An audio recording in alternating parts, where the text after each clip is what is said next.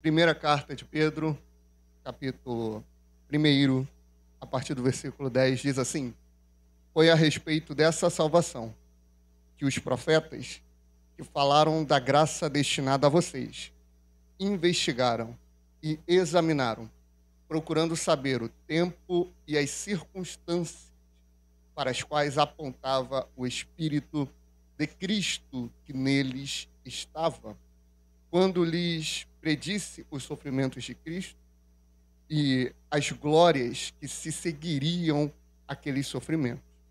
A eles foi revelado que estavam ministrando não para si próprios, mas para vocês, quando falaram das coisas que agora lhes foram anunciadas por meio daqueles que lhe pregaram o Evangelho pelo Espírito Santo enviado do céu, coisas que até os anjos anseiam observar. Portanto, estejam com a mente preparada, prontos para a ação.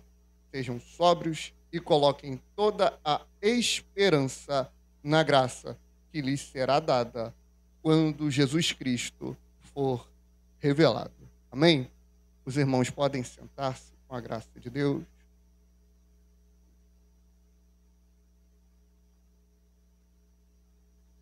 Amados, a última vez que estivemos diante desse texto, fizemos a exposição do versículo 1 até o versículo 9, nós trabalhamos ali o conceito geral desta epístola. Falamos sobre o escritor. O escritor foi o apóstolo de Jesus Cristo, Pedro. Os destinatários. Essa carta ela foi escrita, foi revelada para ser enviada à igreja que estava em dispersão. Entenda, não é que a igreja estava dispersa no sentido de não se atentar ao evangelho, ao reino e à pessoa de Cristo, mas ela estava fugindo da perseguição que o imperador Nero estava instaurando naquele período. Então, são os da dispersão. Eles eram denominados dessa forma. A igreja estava, portanto, espalhada. Ela estava tentando preservar a sua própria vida. E o apóstolo Pedro, ele vai trazer algumas lições e alguns pontos que eles precisavam pensar. E eu acho importante, não só eu acho, né, mas é fundamental isso, entender o contexto, né? Quando a gente não entende o contexto, a gente tira as coisas daqui, tira as coisas dali e faz uma salada de fruta, faz um Frankenstein, né? Faz um monstro aonde as pessoas só querem acreditar no que elas querem. Acham que o evangelho é self-service, né? Eu vou lá, eu gosto aqui do arroz, do feijão, da batata frita, da carne, do frango frito, e tá bom, não vou pegar salada. Eu não pego mesmo não, né? Eu não pego, eu tô errado, né? A cara dela para mim aqui tá impagável. Só que o evangelho não é dessa, na minha casa não é dessa forma, vai ser com o evangelho. Na minha casa ela falou, come, eu vou comer, vou fazer o quê? Né? Com Deus é nessa linha. A gente não tem que escolher. Então, quando a gente entende o contexto, que o apóstolo Pedro está escrevendo para um povo sofrido, o apóstolo Pedro está escrevendo para um povo que estava passando por lutas, e entenda, não é a luta que eu e você passamos, amém? Eu não estou tirando a legitimidade da luta que nós passamos. Mas a luta que eu e você passamos, o espírita passa, o candomblessista passa, o católico passa, o ímpio passa, o ateu passa. São lutas do cotidiano. Só que nós temos uma vantagem. Nós temos um pai que cuida de nós, amém? Nós temos um pai a quem a gente pode recorrer. Eles não têm. Eles não têm. Eles não têm. Nós temos. Só que a luta que eles passaram, além dessas do cotidiano, eram as lutas por sofrer pelo Evangelho de Jesus Cristo. Mas sofrer de uma forma verdadeira e pelo Evangelho verdadeiro. Não é, inclusive o apóstolo Pedro, ele vai falar nas suas epístolas que a gente não deve dizer que está sofrendo perseguição quando a gente tem um problema com alguém. Basicamente é o seguinte: o crente ele tem um problema no trabalho. Aí ele fala, eu estou sendo perseguido porque eu sou crente. Isso está acontecendo comigo, mas o cara chega atrasado, não entrega um bom serviço, fala mal de todo mundo. E aí ele não quer ser chamado a atenção, ele não quer receber um feedback negativo, ele não quer, às vezes, receber uma ocorrência, uma advertência, não. Ele quer continuar lá, sendo super bem tratado, quer subir de posto, mas está fazendo tudo errado. Só que no final ele vai dizer, é porque eu sou crente. Como é que é? É preconceito, né? É cristofobia. As pessoas vão nas suas apelações, como tudo hoje é homofobia, né? Tudo é contra a mulher, tudo é contra o negro, tudo é isso. Não param para entender o que está acontecendo? Tem cristão que faz isso também, porque eu sou crente. Não é. Nós não sofremos 50%, 10%, 1% do que o povo estava sofrendo na época que o apóstolo Pedro escreveu essa epístola. E ele traz advertências importantes. Eu li primeiro na NVI, agora eu vou ler na Almeida. Olha o versículo 1. Pedro, apóstolo de Jesus Cristo, aos estrangeiros dispersos no Ponto, Galácia, Capadócia, Ásia e Bitínia, eleitos segundo a presciência de Deus, Pai, em santificação do Espírito para a obediência e a aspersão do sangue de Jesus Cristo. Graça e paz vos seja multiplicada. Bendito seja o Deus e Pai de nosso Senhor Jesus Cristo, que segundo a sua grande misericórdia nos gerou de novo para uma viva esperança, pela ressurreição de Jesus Cristo dentre os mortos, para uma herança incorruptível, incontaminável, e que se não pode murchar, guardada nos céus para vós, que mediante a fé estáis guardados na virtude de Deus, para a salvação já prestes para se revelar no último tempo, em que vós grandemente vos alegrais, ainda que agora importa, sendo necessário que estejais por um pouco contristados com várias tentações, para que a prova da vossa fé, muito mais preciosa do que o ouro, que perece e é provado pelo fogo, se ache em louvor, honra, glória, na revelação de Jesus Cristo, ao qual não havendo visto, a mais, no qual não vendo agora, mas crendo, vos alegrais com gozo inefável e glorioso, alcançando o fim da vossa fé, a salvação das vossas almas. Você vê, Lincoln, que o apóstolo Pedro ele não fica preocupado em falar assim, olha, você tem seus direitos, o que estão fazendo com vocês não se faz. Ele não faz esse tipo de manifestação, embora realmente não se faz, é errado, é contra os direitos humanos e por aí vai. Só que a preocupação do apóstolo Pedro é que eles entendessem que a perseguição que eles estavam sofrendo era um privilégio, porque eles estavam sofrendo e sendo martirizados pelo nome de Jesus, isso era uma honra. E eles tinham que entender que a prova que eles estavam passando pela fé, a fé deles estava sendo moldada pelo fogo, era para a honra e glória do Senhor. É o que está no verso 7. E esse era o fim da fé. O fim não no sentido de acabar, mas é o objetivo, é a finalidade da fé, a salvação da vossa alma. Sofrendo no corpo, sendo perseguido no corpo, sendo martirizado no corpo, mas no fim a alma é salva. Porque o dom de Deus que nós recebemos é a salvação em Cristo Jesus. E ele vai começar a desenvolver o que é essa salvação. Vai começar a explicar a origem dessa salvação. Olha comigo no verso 9 que nós lemos. Perdão, verso 10. Da qual salvação? Calma aí. Da qual salvação inquiriram e trataram diligentemente os profetas que profetizaram da graça que vos foi dada. Esses profetas que o apóstolo Pedro está se referindo, obviamente, são os profetas do Antigo Testamento. Os profetas, quando eles falavam, você tem lá, por exemplo, Isaías 63, quando fala de salvação, eles estão falando dessa salvação que é revelada a partir de Cristo Jesus. A salvação, ela já de certa forma era almejada, porque ela já era profetizada. A salvação era o assunto principal dos profetas. Olha só o verso 10, da qual salvação inquiriram e trataram diligentemente os profetas que profetizaram da graça que vos foi dada.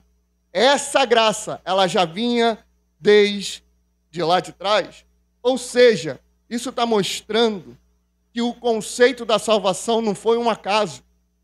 Não chegou do nada. Não veio de tobogã. Não veio assim para completar um assunto.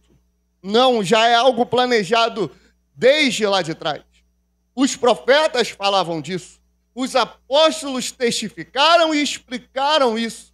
E nós, como igreja, temos que crer nisso que desde lá de trás foi anunciado. Perceba a preocupação do apóstolo. A preocupação de Pedro é, olha só, esse povo que está sendo perseguido, eu tenho que dar algumas instruções para eles. E qual é essa instrução, apóstolo Pedro? É muito simples, é muito clara. Eles têm que entender que o que eles têm, que o que lhes foi dado é muito superior. É como o irmão Everaldo enfatizou no grupo hoje, a nossa leve e momentânea tribulação não se pode comparar com a glória que há de ser revelada. A glória é essa que foi profetizada desde lá de trás, para a minha vida e para a sua vida. E ele vai continuar. Ele vai falar sobre a revelação dessa salvação, investigando o verso 11, ou indagando que tempo, ou que ocasião de tempo o Espírito de Cristo que estava neles indicava anteriormente, testificando os sofrimentos que a Cristo haviam de vir e a glória que lhes havia de seguir. O Espírito, que é o Espírito Santo, ele, o apóstolo Pedro, se refere como o Espírito de Cristo, mostrando a atuação do Messias desde lá de trás. Eles não sabiam quando, eles não sabiam como, mas essa salvação, ela iria ser revelada. Isso é interessante porque os profetas, eles não entendem aquilo que vai acontecer através da sua profecia, mas eles creem e profetizam. Inclusive, profeta não se justifica, né? Profeta não chega e fala assim, diz o Senhor, e depois começa, não, é porque assim, não, o profeta fala e ponto. A partir daí é com Deus. A partir daí é Deus que faz, e foi assim que os profetas, Isaías, Jeremias, Ezequiel, Daniel e todos os outros profetizavam acerca da revelação da salvação. Como eles faziam isso? Pelo Espírito de Cristo que já pairava. E a aplicação dessa salvação, ela tem a sua plenitude a partir de Jesus Cristo. A eles, verso 12, foi revelado que não para si mesmos, mas para vós outros, ministravam as coisas que agora vos foram anunciadas por aqueles que pelo Espírito Santo, enviado do céu, vos pregaram o Evangelho, coisas essas que anjos anelam escrutar. A revelação, ela veio desde a antiga aliança e ela é explicada e completa na nova aliança. Os profetas do Antigo Testamento, eles pregaram o Evangelho, eles anunciaram o Evangelho. Inclusive, o apóstolo Paulo, ele fala que o Evangelho, Gálatas 3, Ele fala que o evangelho ele foi pregado primeiramente para quem? Para Abraão. É desde lá de trás. O propósito sempre foi a graça. A gente está vendo isso aos domingos sobre o sacerdócio. O propósito sempre foi a graça. O propósito sempre foi a igreja. O propósito foi sempre separar um povo sacerdotal. O propósito foi sempre separar um povo que o buscasse. O propósito sempre foi separar um povo para si. Começou lá atrás, aonde ele usou Israel, que Isaías fala que Israel é a luz para os gentios. Eles não são detentores da salvação, eles vieram para mostrar o caminho. Daí se cumpre o que Jesus fala para a mulher samaritana. A salvação, ela vem dos judeus, mas ela não é só dos judeus. A salvação não é exclusiva de uma etnia. A salvação não é exclusiva para a mulher, não é exclusiva para o homem, é exclusiva para quem crê em Cristo. É exclusiva para quem se arrepende. É exclusiva para quem entrega a sua vida a Ele. E esse evangelho que eu estou pregando aqui, esse evangelho que é pregado nesse lugar, esse evangelho que está aí na tua Bíblia, esse evangelho que tu abre a boca e evangeliza o teu vizinho, o teu parente, quando ele é pregado, os anjos lá de cima, ó, eles estão querendo ouvir. Porque esse evangelho é aquela pérola, lembra da parábola de Cristo? É aquela pérola que o homem vai e vende tudo que tem para comprar ela. Esse evangelho é o maior tesouro que essa terra já viu. Pega todo o PIB dessa terra, pega todas as riquezas, não dá para comparar com a graça do evangelho, irmãos. É o que Pedro fala. Os anjos se atentam para o evangelho. Os anjos ficam curiosos, olha o que ele vai falar. Olha que palavra é essa? Olha que ensinamento é esse? O grego para desejam bem atentar ou desejam atentar é parakpassai, que quer dizer inclinar-se para ver. Eles se esforçam ou desejam se esforçar para ver o que está sendo dito. Você entende a magnitude do que é o Evangelho? Primeiro, o Evangelho ele não é um acaso. O Evangelho ele não foi o plano B, C, D, não. Sempre foi o plano A. Porque Deus ele não erra. Bem sei que tudo podes. E nenhum dos teus planos podem ser. E essa salvação, ela foi revelada. Ela teve a sua revelação completa, o seu auge, o seu ápice lá no Gólgota, com o sofrimento de Cristo, fazendo dessa forma com que os anjos, ao ouvir alguém pregar o Evangelho, queiram ouvir. Sabe por que isso me impacta? Porque os anjos estão lá vendo tudo. Estão vendo toda a glória. Estão vivendo do bom e do melhor. Os anjos estão lá sem problema nenhum. Os anjos estão lá, Everaldo, sem conta para pagar nenhuma. Os anjos estão lá, irmã Alessandra, sem nenhum problema, nenhum conflito com o vizinho, com coisa, com ninguém. Eles estão lá tudo tranquilo. Mas eles querem ouvir o Evangelho, não é porque o Evangelho vai dar uma solução para um problema pontual da vida deles, não. É porque é uma pérola, é algo precioso, é algo que edifica até eles. Olha a glória que nós temos.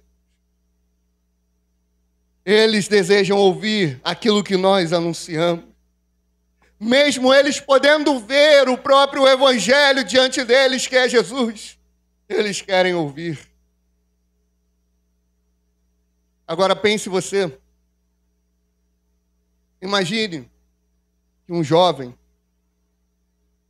esse jovem tinha um avô, e ele faleceu, seu avô faleceu aos 15 anos, quando ele tinha 15 anos de idade. Só que o avô deixa uma carta para ele, Só que dá uma instrução expressa antes de falecer. Você só pode pegar essa carta. Você só pode ler essa carta quando você fizer 25 anos de idade. Ele pega a carta quando completa os 25 anos. E lá tem muitas instruções do avô para ele. E uma das instruções é a localização de onde estava um tesouro.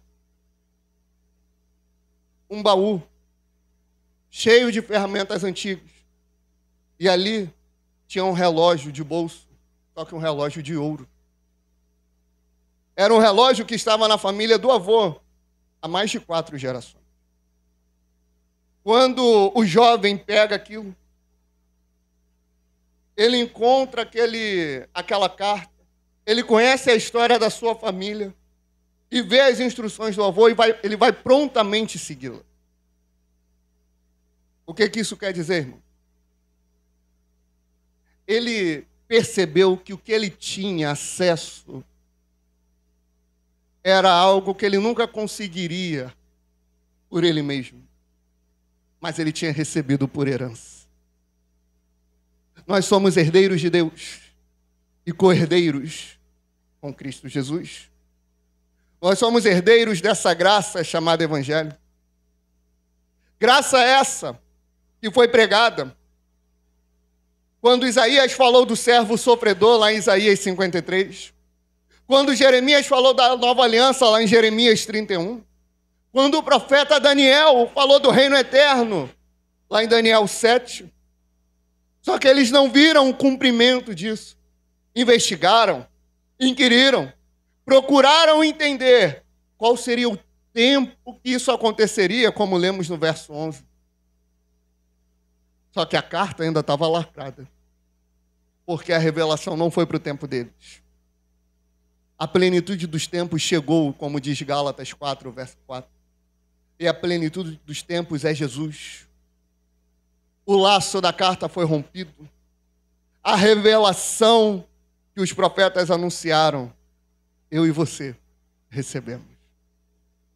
O evangelho que eles pregaram pelo Espírito de Cristo, nós experimentamos pela fé. Agora, diferente do rapaz, do jovem, que herdou um bem material, nós herdamos a própria salvação. O bem que o jovem pode vir a ter herdado era um bem que pereceria, era um bem que poderia ser corrompido, era algo, de certa forma, acessível. O bem que eu e você recebemos, a salvação, é imperecível, é imaculado, é inacessível. Somente pela herança e pela fé nós conseguimos. Então, a pergunta que eu faço à igreja hoje: o que você está fazendo com essa herança revelada? Você vive como quem abriu a carta e descobriu o tesouro? Ou vive como quem deixa o envelope na gaveta, empoeirada, e vai viver sua vida? É cego, fica cego pelos embaraços dessa vida. Porque tem gente que não vai até a carta, que não vê a herança que tem. E tem gente que vê a herança que tem, que está lá na carta, vê toda a instrução para alcançar, e mesmo assim rejeita. E tem o terceiro que vê, e vai, e consegue.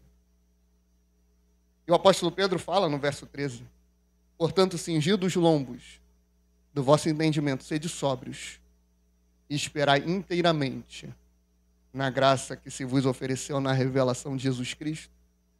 Na versão da NVI, ele vai dizer: portanto, estejam com a mente preparada, prontos para a ação. Sejam sóbrios e coloquem toda a esperança na graça que lhes será dada quando Jesus Cristo for revelar. Portanto, ou seja, entendendo isso, tenham a mente preparada. Ou seja, não viva distraído espiritualmente. Mente preparada. A perseguição vem, as tribulações chegam. Olha o contexto de Pedro. Mas você tem a revelação completa. Seja sóbrio, ande em sobriedade, ou seja, não se embriague com as promessas vazias deste mundo. O evangelho é eterno. O TikTok e o Instagram não é. Eles vão passar. Assim como tudo isso vai passar. E o evangelho vai durar para sempre. A esperança está onde? Está na graça, na vinda de Jesus. A sua esperança não pode ser colocada em algo que você conquistou ou vai conquistar, mas tem que estar nele e exclusivamente nele. Entender essas verdades, irmãos, é fundamental. Vai nos fazer valorizar ainda mais o evangelho. Vai nos fazer entender a origem divina do evangelho. Ou seja, não foram homens que inventaram, foi o próprio Deus. Não é uma invenção moderna. Os apóstolos e os profetas pregaram porque foram inspirados pelo Espírito de Cristo. Esse evangelho que eu e você cremos é um evangelho eterno. Ser participante dessa obra, da obra do evangelho, é pregá-lo. É um desejo que os anjos têm, que é observar quando nós anunciamos. É uma graça incalculável. É uma graça que não tem precedentes. É uma graça que não tem fim. É o maior dos tesouros, irmãos. É único. E eu e você temos acesso. Você valoriza o evangelho, meu amado? Nós valorizamos? Qual que é a importância do evangelho na tua vida? O evangelho é eterno, eu repito. O quanto que você lembra desse evangelho na sua rotina, no seu dia a dia, no seu tempo, na sua vida. O quanto. O evangelho não é o acaso, para encerrarmos. O evangelho não é o acaso, não veio porque estavam ociosos, não apareceu de repente, foi planejado desde antes da fundação do mundo, para que você o tratasse como qualquer coisa que você ouve na quarta-feira ou no domingo. Valorize o evangelho. Em meio a um mundo caótico, só é possível viver em paz quando se conhece a obra de Cristo e tem fé nele. E é impossível ter fé nele se não for por meio do evangelho, profetizado pelos profetas, explicado pelos apóstolos e crido pela igreja.